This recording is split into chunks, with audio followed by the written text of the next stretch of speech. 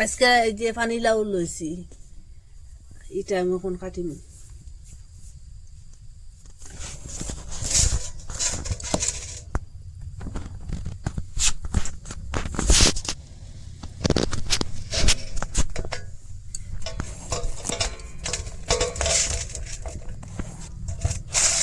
এটার বাকলটা ফেলাইম ওরকম করিয়া।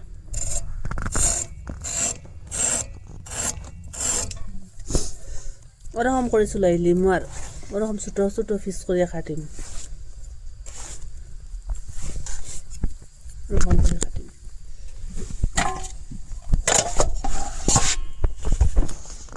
ওরকম করে সবটা কাটিলাম। ওরকম করে সবটা কাটি লিছি। মিক্সচারের মধ্যে লাউটা লইমু আর ওই যে চানার ডাল ভিজাইয়া রাখলাম এখানে 1 মুঠ, হাতের মুঠ দিয়া। চানার ডালটা ভিজাইয়া 3-4 ঘন্টা হয়ে গেছে গিয়া। আর এখন একটু একটু করে মিক্সচারের মধ্যে লইমু ডাইল আর লাউটা। আজকে লাউ ডাইল বানাইয়া দেখাইমু আপনার আরে। এখানে দই দিয়া দিমু আরো। বাটি দিয়া, বাটির মাপ করলে আধা বাটি হইব। ওরকম মিহি করে কুটি লিছি। আর যেটা রয়েছে ওরকম করে কুটিলিম। দইয়া ইটার মধ্যে আরো জল দিয়া দিন। এখানে আরো বেশ করে একটু জল দিয়া দিন, একটু পাতলা করে। এখানে 3 চামচ বেসন দিয়া দিলাম। এখানে হলুদ দিলাম 1.5 চামচ আর মরিচ গুঁড়া দিলাম। এখানে সব কিছুর গুঁড়া আছে। এখানে ধনিয়ার গুঁড়া, জিরার গুঁড়া, এলাচ গুঁড়া, দালচিনির গুঁড়া, সবটা মশলা যে সময় আচার উচার বানাই একখানো এক জায়গাত করিয়া কুটিয়া রাখি, ওই সেই মশলাটা 1 চামচ দিয়ে দিলাম। আর স্বাদ মতো লবণ দিলাম। এখানে এখানে একটু একটু করে জল দিন।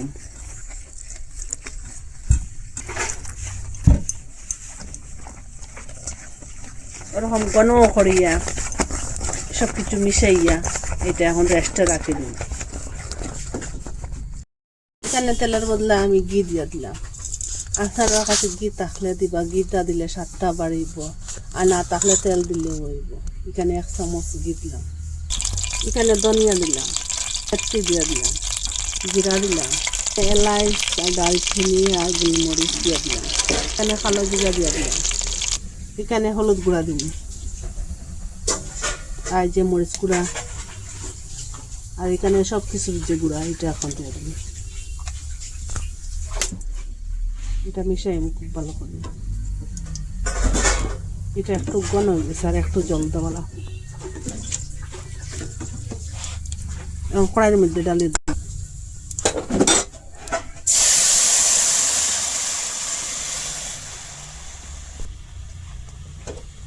যে গামলাটার মধ্যে আছে এটা দুই আরো জল দিয়ে দিলাম। এটা পাতলা জাল হয়েছে, জাল দিয়ে দিয়ে ঘন হয়ে কি পেঁকে চুটা দিলাম। ভালো করে মিশাই। এখানে একটু ঘি দিয়ে দিলাম। ঘিটা দিয়ে খুব ভালো করে মিশাই।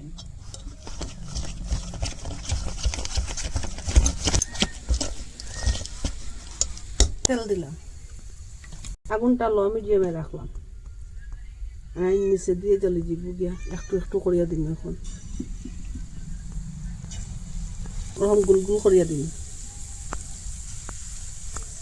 বন দিয়া দিন। এটা খুব সুন্দর জাল হয়েছে। লাউ এর ডাল, লাউ দিয়ে ডাল ওরকম একদিন খাইবা, মিস করবা না। ভিডিওটা দেখবা। আর একটা জিনিস বাকি রয়েছে, কিছুটা দিছিলাম লাগিয়ে ফুলি ফুলি উঠেছে, কত সুন্দর বুলবুল ইয়া ফুলি ফুলি উঠেছে।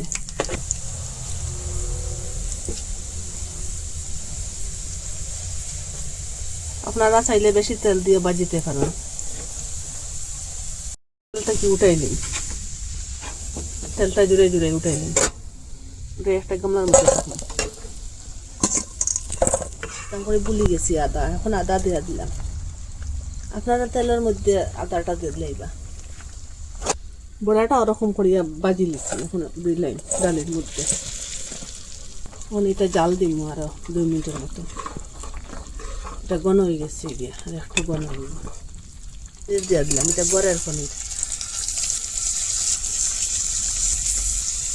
জিরা গুঁড়া আর 1 চামচ দিলাম, দালচিনি গুঁড়া অর্ধেক চামচ দিলাম, এলাইচি গুঁড়া আর একটু দিয়ে দিলাম। এটা নিরামিষ তরকারির মধ্যে ফ্রেন্টও হইব আর খাইতেও স্বাদ লাগবে। তারপরে এখন গ্যাসটা অফ করে দিলেন, খানিকটা ওইটা লাউয়ের ডালের মধ্যে দিলেন।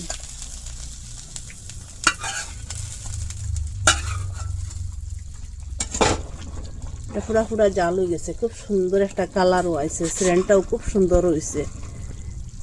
সেন্টটা শুনিয়া ভাত খাইবার ইচ্ছা করে। এটা আপনারা রুটির সাথেও খাইতে পারবা, ভাতের সাথেও খাইতে পারবা। এখন ধনিয়া পাতা দিলাম।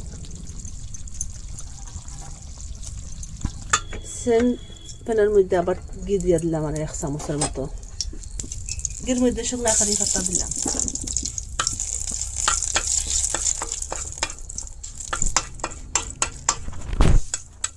গ্যাসটা অফ করে দিলেন। এটার মধ্যে দিলেন লাউ আর ডালের মধ্যে।